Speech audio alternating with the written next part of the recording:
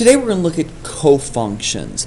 And the idea with cofunctions is we are trying to find a relationship between two trigonometric functions that if I take values that are complementary, meaning the two angles add up to 90 degrees, I get the same decimal equivalent with two different trig functions. So for example, if I have the sine of 20 degrees, which trig function gives me an angle measurement of 70 degrees that also contains the same decimal equivalent as the sine of 20? So just as a little background right here, if I were to write out the sine of 90 degrees, I get 1. If I get the sine of 89, I get 0.99847 and so forth. Sine of 88, sine of 87, and so forth. So looking at cosine, which cosine value gives me the same decimal as the sine of 90?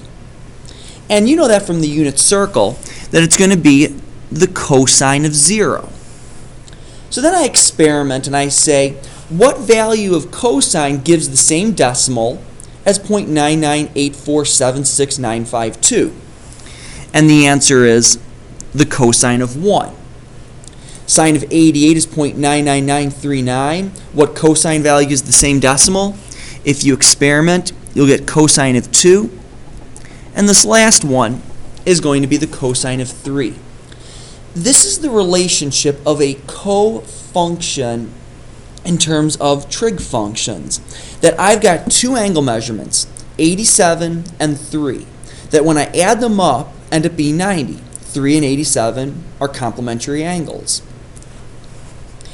If I take the sine of 87, I get 0.998629538.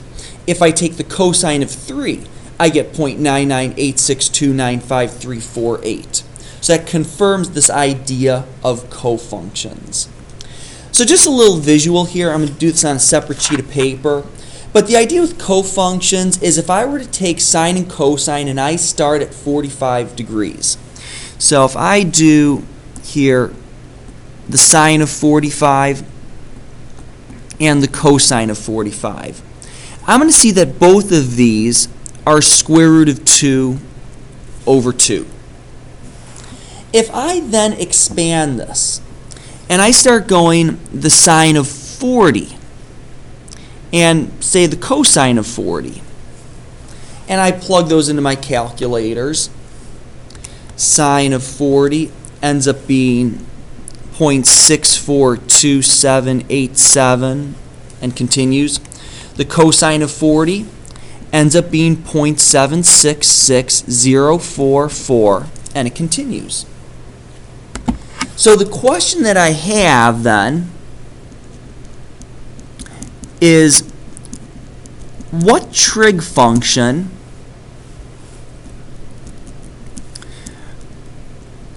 with an angle of 50 degrees, and the reason I say 50 degrees is because I've already used up 40 and I want to find complementary angles, is going to be 0.642787 and so forth.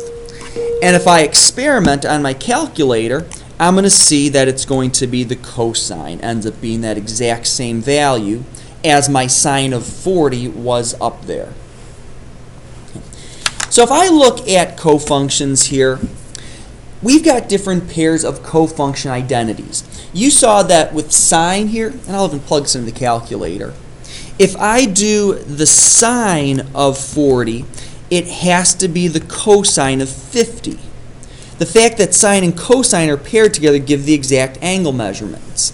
I cannot just randomly say, okay, sine of 40, and then choose any other trig function with a 50. So if I do tangent of 50, that's not going to work. You can see I do not get the same decimal equivalent.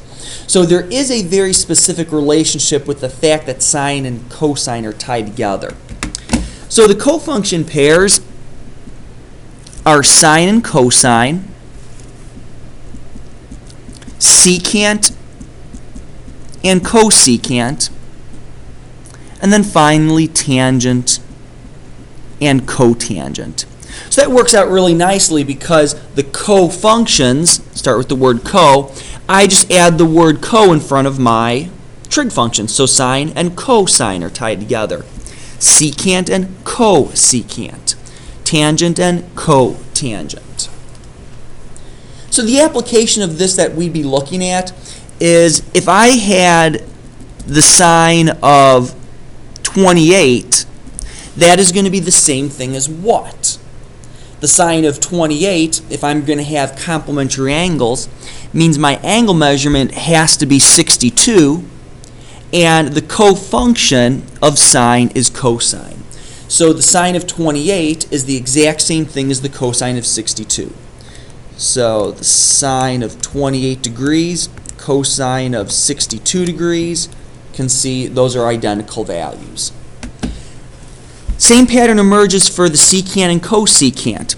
If I have the secant of 62 degrees, what is going to be that exact decimal in another trig function?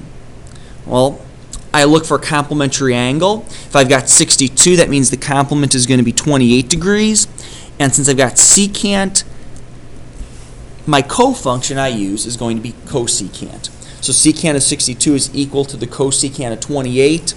And then finally, if I had the tangent of 12,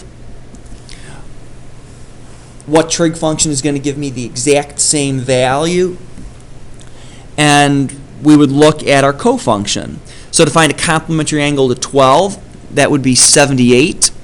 And cotangent is the cofunction to tangent. So tangent of 12 is equal to the cotangent of 78. We often use this in a larger equation if one way is simpler to work or more simple to work with than the other.